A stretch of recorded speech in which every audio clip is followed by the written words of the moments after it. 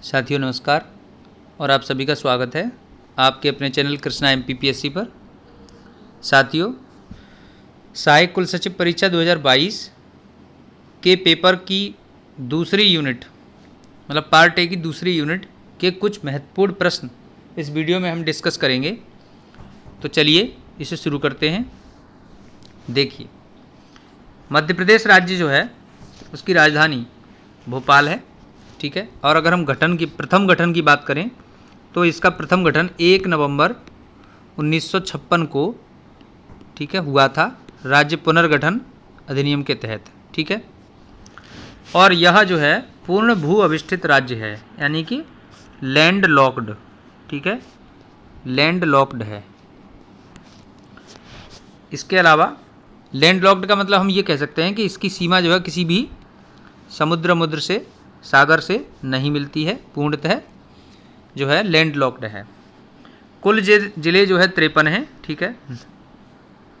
मार्च 2023 से पहले इसमें 52 जिले थे और मार्च 2023 में एक नया जिला बनाया गया है रीवा से काट करके, मऊगंज, ठीक है। अब 53 हो गए हैं। कुल संभागों की बात करें तो 10 हैं, ठीक है। क्षेत्रफल देखें तो 3,08,245 वर्ग किलोमीटर है, जो कि देश के कुल भूभाग का 9.38% है, ठीक है।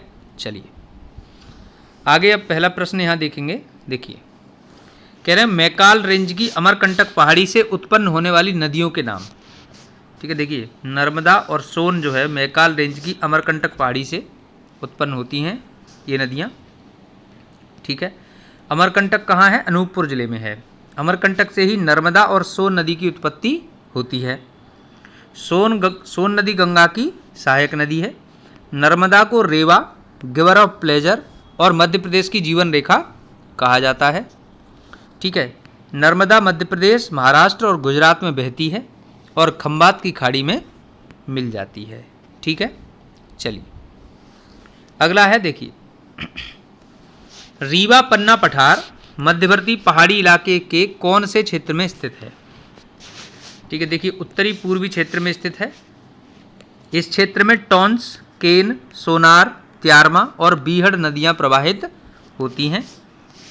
इस पठार की ऊंचाई 300 से 400 मीटर तक है, ठीक है। यहाँ बलुई लाल पीली मिट्टी पाई जाती है। इस क्षेत्र के पूर्व में चावल की खेती होती है, ठीक है। चलिए अगला देखते हैं। कह रहे कौन सा पठार पश्चिमी मध्य प्रदेश के लगभग पूरे हिस्से को ढकता है? ठीक है, देखिए, पश्चिमी मध्य प्रदेश के पूरे हिस्से को जो है मालवा का पठार ढक लेता है, ठीक है। मालवा का पठार विंध्य पहाड़ियों के आधार पर त्रिभुजाकार पठार है। यह एक लावा पठार है। इसके पूर्व में बुंदेलखंड और उत्तर पश्चिम में अरावली पहाड़ियाँ स्थित हैं। यहाँ चंबल, काली सिंध, बेतवा, केन ये नदियाँ प्रवाहित होती हैं। ज्वार, गेहूं, चना तथा तिलहन, कपास आदि की यहाँ पर फसलें होती हैं, ठीक है। अगला हम देखेंगे यहाँ पर मध्य प्रदेश का सर्वोच्च शिखर धूपगढ़ किस पठार में स्थित है? देखिए, धूपगढ़ स्थित है सतपुड़ा के पठार में, ठीक है।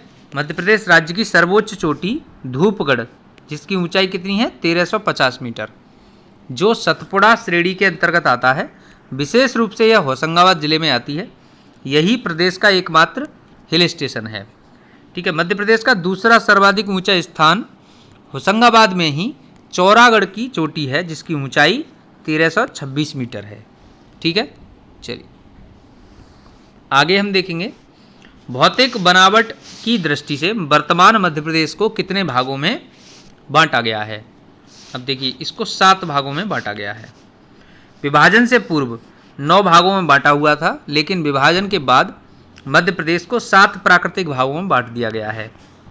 मध्य भारत का पठार, बुंदेलखंड का पठार, मालवा का पठार, रीवा पन्ना का पठार, नर्मदा सोन घाटी, सतपुड़ा मैकाल की श्रेणी और बघेलखंड का पठार, ठीक है। ये 7 भाग हैं। अब देखिए, मध्य प्रदेश को कितने वन क्षेत्रीय मंडलों में विभाजित किया गया है? तो इनको 16 वन क्षेत्रीय मंडलों में बांटा गया है। ठीक है, 9 राष्ट्रीय उद्यान हैं, 25 अभयारण्य हैं, और अगर हम देखें तो वन मंडल में 63 वन विभाग शामिल हैं। ठीक है, चलिए अगला हम देखते हैं, क्षेत्रफल के आधार पर मध्य प्रदेश में सबसे बड़ा और सबसे छोटा जिला कौन सा है। तो देखिए दोस्तों, यहाँ पर क्या है, सबसे बड़ा जिला जो है वो कौन सा है, छिंदवाड़ा है। ठीक है, और सबसे छोटा जिला कौन सा है, तो वो है निवाड़ी।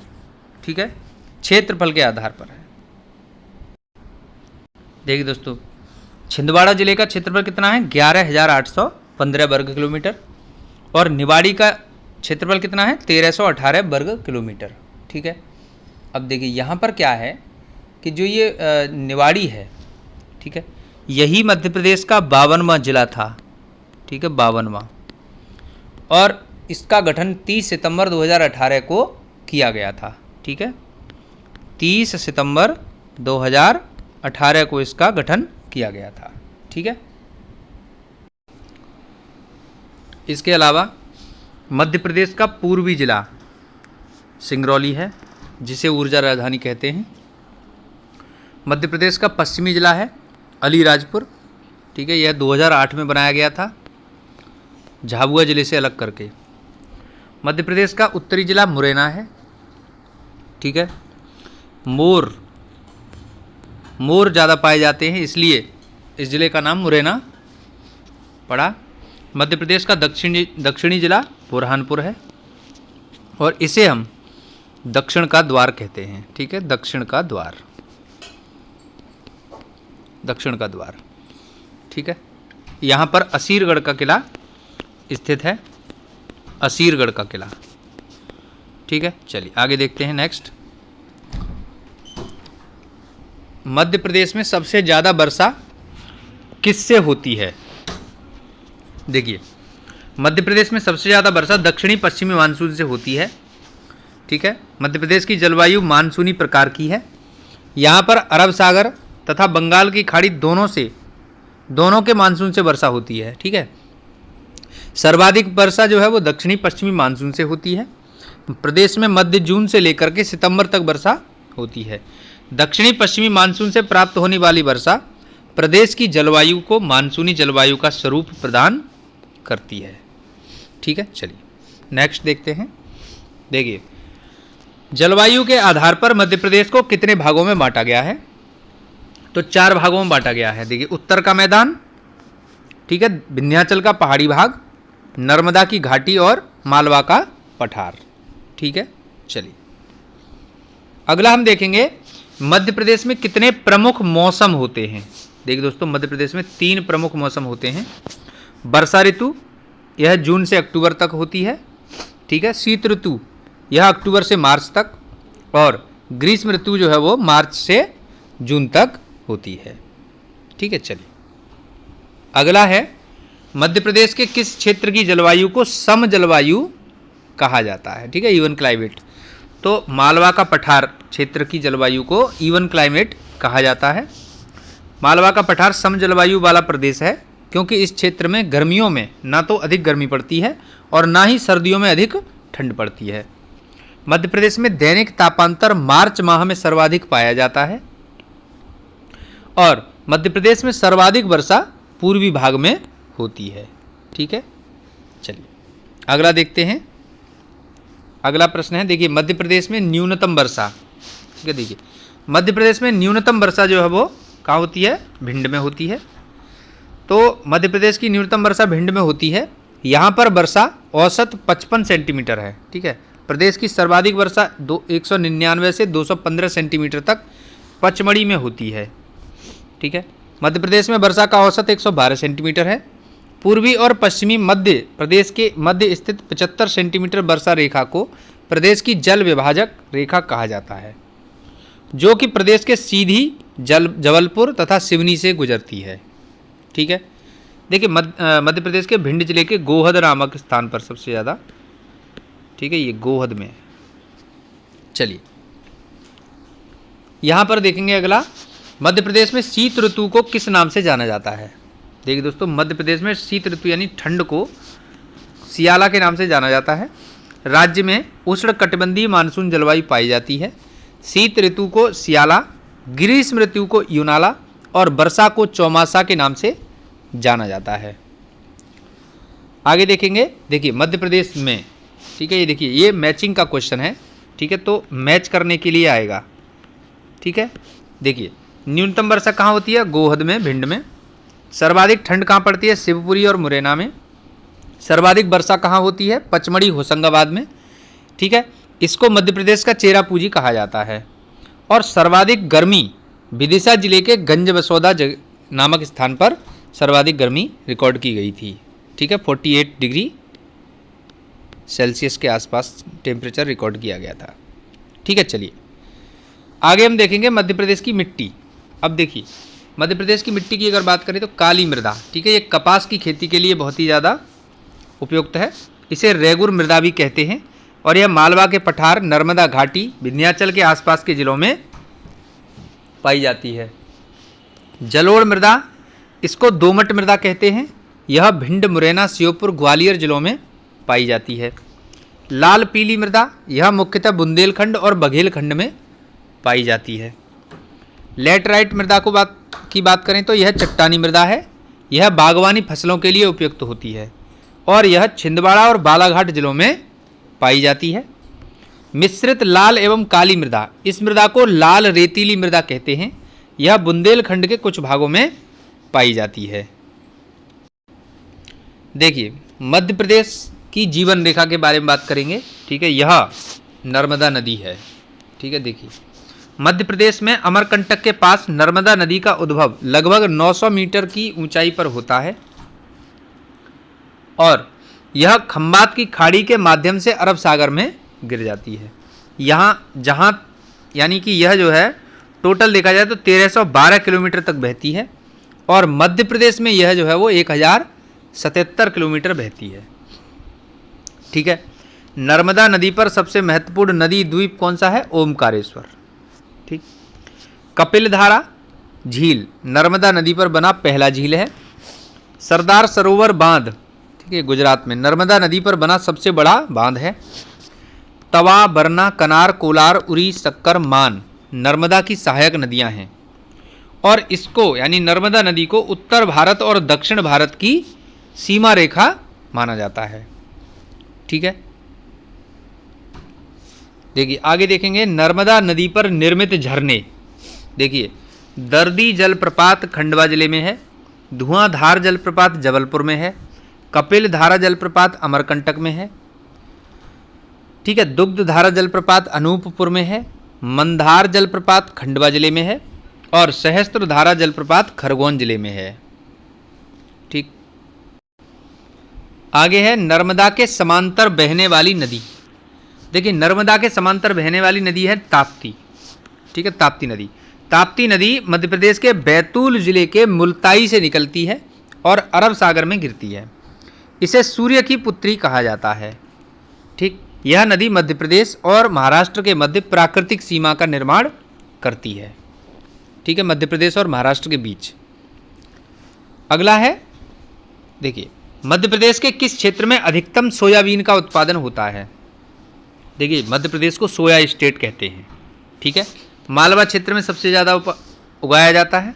खरीफ की प्रमुख फसल है, लगभग 53 लाख हेक्टेयर क्षेत्रफल में उगाई जाती है, जिसमें कि मालवा क्षेत्र में 22 से 25 लाख हेक्टेयर क्षेत्रफल में इसे पैदा किया जाता है, ठीक है। मध्य प्रदेश को सोया प्रदेश या सोया स्टेट कहते हैं। इसके अलावा मालवा क्षेत्र में गेहूं का उत्पादन भी सर्वाधिक होता है और इसीलिए मालवा क्षेत्र को गेहूं की डलिया के नाम से जाना जाता है, ठीक है। अगला है, देखिए निम्नलिखित में से कौन सा कथन असत्य है? ठीक है, असत्य की बात करेंगे तो 52 थड़ी परियोजना बालाघाट जिले के कुड़वा गांव में है, ये सही है। पेंच परियोजना छिंदवाड़ा जिले के गांव मचगोरा के निकट है। बाणसागर परियोजना शहडोल जिले के देवलौंद में स्थित है। थावर परियोजना रायसेन जिले के झूलपुर गांव में है, ये गलत है। देखिए थावर परियोजना थावर नदी पर मंडला जिले के झूलपुर गांव में स्थित है। इस परियोजना का निर्माण कार्य 1977 में प्रारंभ हुआ, ठीक है, जो कि 18,212 हेक्टेयर की भूमि को सिंचित करता है, ठीक है। आगे है, मध्य प्रदेश में एशिया का सबसे बड़ा तालाब कौन सा है? तो देखिए मध्य प्रदेश में एशिया का सबसे बड़ा तालाब है बड़ा तालाब, ठीक है, जिसे राजा भोज झील भी कहा जाता है। भोपाल में एशिया का सबसे बड़ा तालाब राजा भोज झील स्थित है, जिसका निर्माण 11वीं शताब्दी में परमार वंश के 9वें राजा, ठीक है, 9वें राजा भोज ने करवाया था। ठीक, चलिए अगला है, किसान फील्ड स्कूल FFS का उद्देश्य क्या है? देखिए दोस्तों, किसान फील्ड स्कूल का उद्देश्य क्या है? कृषि की उन्नत तकनीक के बारे में जानकारी देना, ठीक है। ये एक ऐसे स्कूल है जहाँ पर किसानों को बुला करके और कृषि के बारे में लेटेस्ट, ठीक है, लेटेस्ट टेक्नोलॉजी वगैरह के बारे में बताया जाता है, ठीक है। इसलिए जो है स्कूलों का निर्माण या उद्देश्य यही है, ठीक है। चलिए आगे हम देखेंगे मध्य प्रदेश शासन की सूरज धारा योजना का संबंध क्या है। तो यह उच्च गुणवत्ता वाले बीजों से संबंधित है। देखिए, अनुसूचित जाति यानी कि SC और अनुसूचित जनजाति यानी कि ST के लघु एवं सीमांत किसानों को लाभकारी दलहनी एवं तिलहनी फसलों के उन्नत एवं विपुल उत्पादन देने वाली किस्मों के बीज उपलब्ध कराना इस योजना का उद्देश्य है, ठीक है। आगे हम देखेंगे, देखिए मध्य प्रदेश के पूर्वी जिले किस फसल क्षेत्र के अंतर्गत आते हैं? देखिए मध्य प्रदेश के पूर्वी जिलों में ज़्यादातर चावल उत्पादन होता है। मध्य प्रदेश राज्य का संपूर्ण पूर्वी क्षेत्र चावल उत्पादन हेतु प्रसिद्ध है। बालाघाट, मंडला, सिवनी, शहडोल, उमरिया, अनूपपुर और जबलपुर ये जिले पूर्वी जिले हैं, ठीक है, पूर्वी जिले हैं। चलिए आगे देखेंगे, अगला प्रश्न है, निम्नलिखित पर विचार कीजिए। देखिए सरबती सोना ये क्या है? प्रश्न पूछा गया है। तो यह गेहूं की एक प्रजाति है, 1967 में आई। यह समय से पहले ही पक जाती है, ब्रेड और रोटी के लिए उपयुक्त होती है, ठीक है, और यह बहुत अधिक प्रोटीन इसमें पाया जाता है, ठीक। गेहूं की अन्य उन्नत किस्मों की बात करें तो Sujata, Lokwan, Narmada 4, C306, HI 1500, JWS 17 ये सभी गेहूं की उन्नत किस्में हैं, ठीक है। आगे हम देखेंगे, देखिए मलिका ए आम, ठीक है, आमों की रानी, नूरजहां को कहते हैं। मध्य प्रदेश राज्य में नूरजहां आमों की रानी कहे जाने वाली प्रजाति है। यह आम की प्रजाति प्रदेश के अलीराजपुर जिले में पाई जाती है, ठीक है, और इस किस्म के आम का औसत वजन 3.8 किलोग्राम यानी लगभग 4 किलो, ठीक है, लगभग 4 किलोग्राम होता है, ठीक। चलिए आगे देखेंगे, देखिए साल और सागौन के पेड़। अब देखिए मध्य प्रदेश में अधिकांश साल और सागौन के पेड़ हैं, इनके पत्ते बड़े होते हैं, ठीक है। मध्य प्रदेश में देश के सर्वाधिक साल वृक्ष पाए जाते हैं। यह मध्य प्रदेश में अधिकांश लाल पीली मृदा क्षेत्रों में पाए जाते हैं। सागौन के वृक्ष की बात करें तो मध्य प्रदेश के होशंगाबाद जिले तथा उसके आसपास के क्षेत्रों में पाए जाते हैं। इनका उपयोग इमारती लकड़ी के रूप में किया जाता है। आगे अब हम देखेंगे संजय राष्ट्रीय उद्यान, ठीक है, संजय नेशनल पार्क। संजय राष्ट्रीय उद्यान का पुराना नाम जो है वो डिबरी था। संजय राष्ट्रीय उद्यान सीधी और सिंगरौली जिले में स्थित है, जिसे 2008 में बाघ आरक्षित क्षेत्र घोषित किया गया था। संजय राष्ट्रीय उद्यान से ही सोन घड़ियाल अभयारण्य एवं बगदरा अभयारण्य संबंधित हैं। वर्तमान में इसका कुछ भाग छत्तीसगढ़ में चला गया है।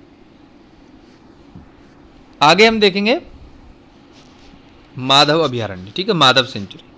माधव राष्ट्रीय अभयारण्य मध्य प्रदेश के शिवपुरी जिले में स्थित है। इसकी स्थापना 1958 में की गई थी, जो 354 वर्ग किलोमीटर क्षेत्र में फैला है। यहाँ सर्वाधिक वन घनत्व पाया जाता है।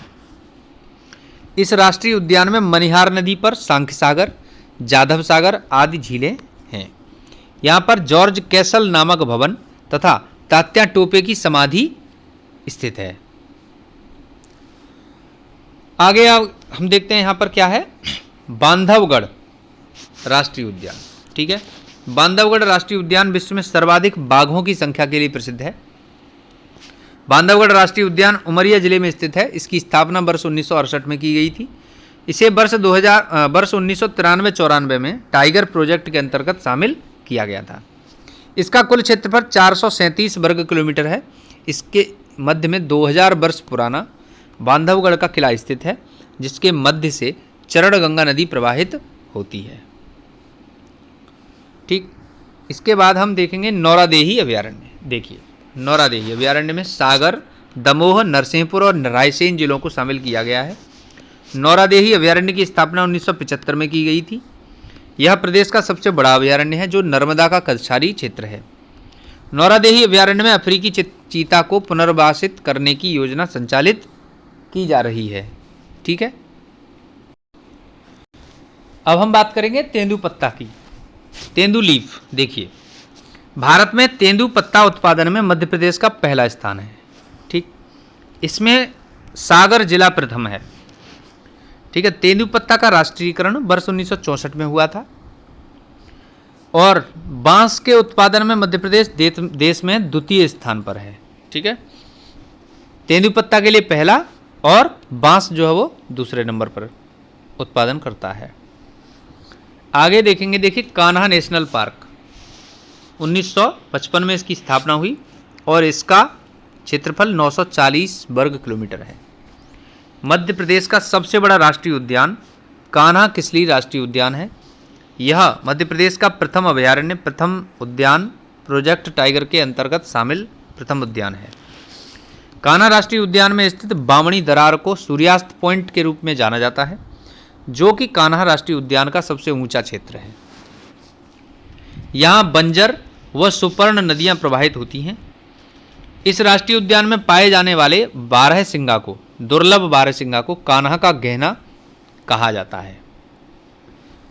देखिए, आगे देखेंगे अब विंध्याचल श्रेणी में सबसे ऊंची चोटी। विंध्याचल पर्वत श्रेणी की सबसे ऊंची चोटी गुडविल चोटी है। ठीक है, सद्भावना शिखर कहते हैं इसको, सद्भावना शिखर। ठीक है, यह पर्वत प्राचीन भारत के सप्तकुल पर्वतों में से एक है। विंध्य पहाड़ों की रानी विंध्यवासिनी माता है। मां विंध्यवासिनी देवी मंदिर श्रद्धालुओं की आस्था का प्रमुख केंद्र है।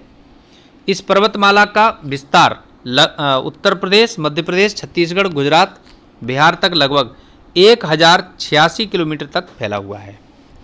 ठीक है, आगे देखेंगे नेक्स्ट, सतपुड़ा राष्ट्रीय उद्यान।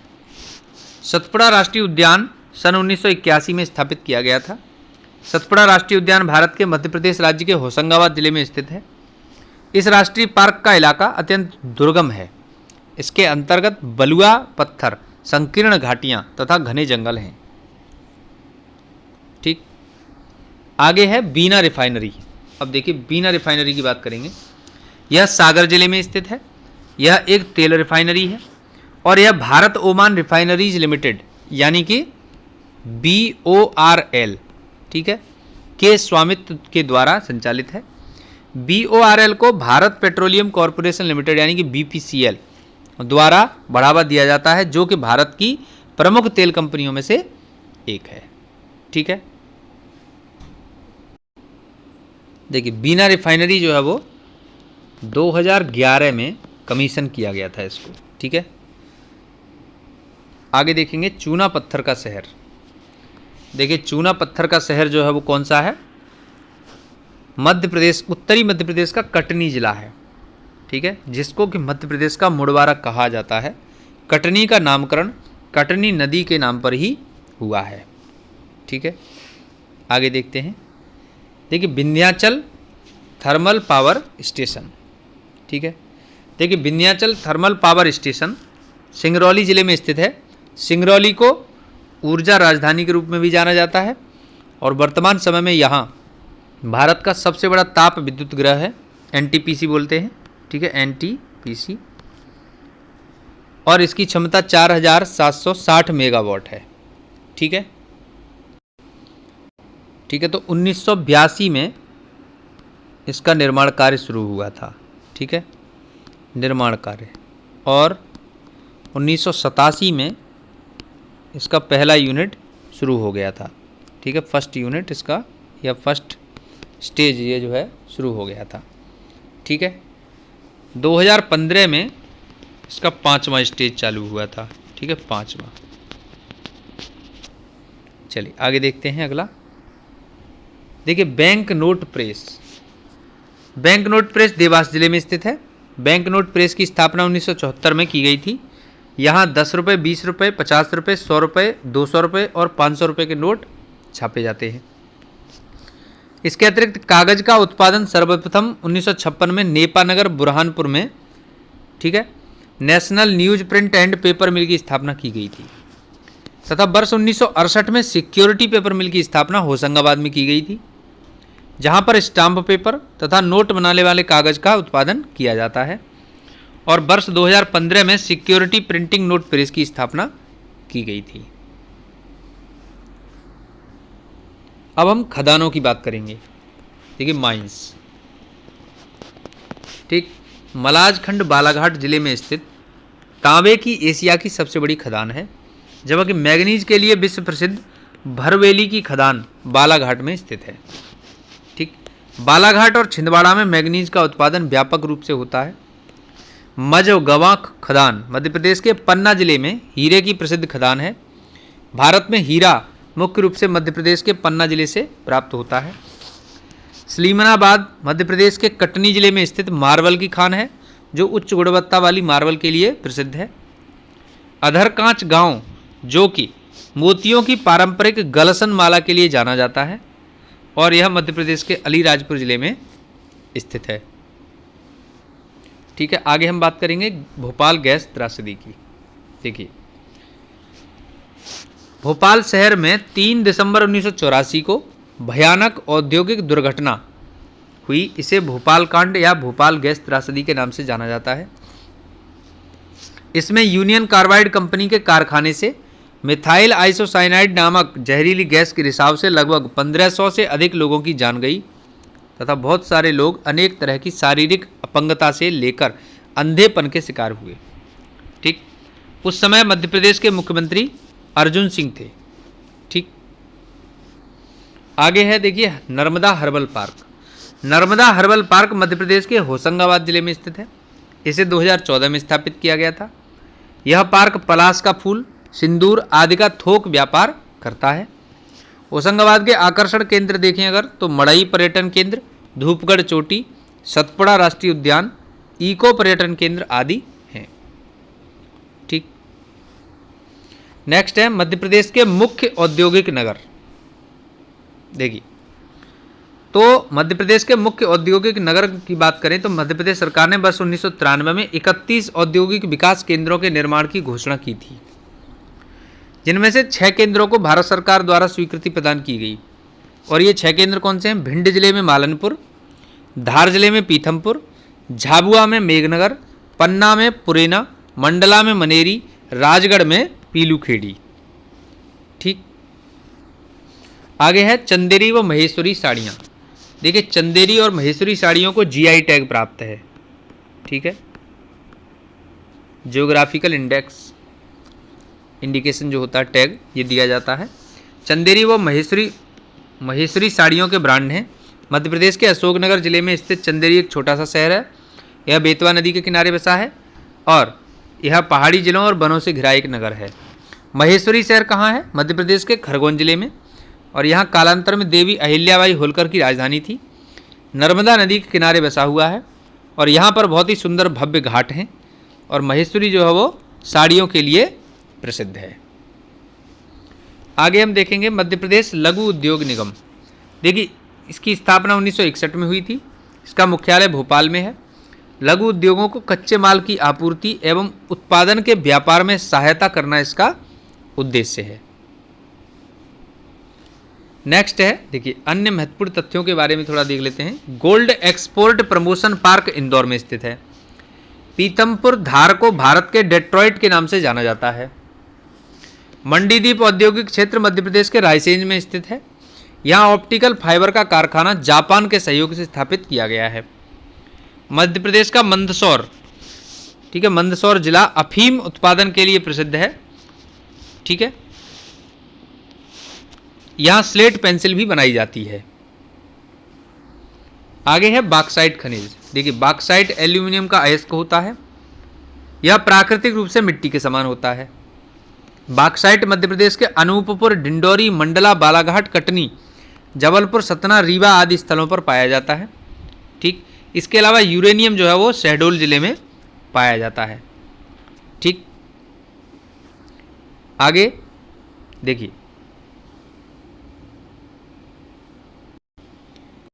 इसके अलावा देखिए, धार और झाबुआ में पाए जाने वाले कड़कनाथ मुर्गे को जीआई टैग प्रदान किया गया है। इसको काली मासी भी कहा जाता है। ठीक है, और इसमें सर्वाधिक प्रोटीन होता है, इसलिए जो है यह जीआई टैग दिया गया है। ठीक है, देखिए साथियों, हमने अभी अभी मध्य प्रदेश लोक सेवा आयोग द्वारा आयोजित की जाने वाली सहायक कुल सचिव परीक्षा के पार्ट ए के दूसरी यूनिट के संबंध में कुछ महत्वपूर्ण प्रश्न पढ़े। यदि आपको यह वीडियो अच्छा लगा है तो इसे लाइक करें, शेयर करें, कमेंट करें, और यदि आप चैनल पर नए हैं तो इसे सब्सक्राइब कर लीजिए, बेल आइकन प्रेस कर लीजिए ताकि आपको आने वाले सभी वीडियोज़ पहले मिल सकें। Thanks for watching.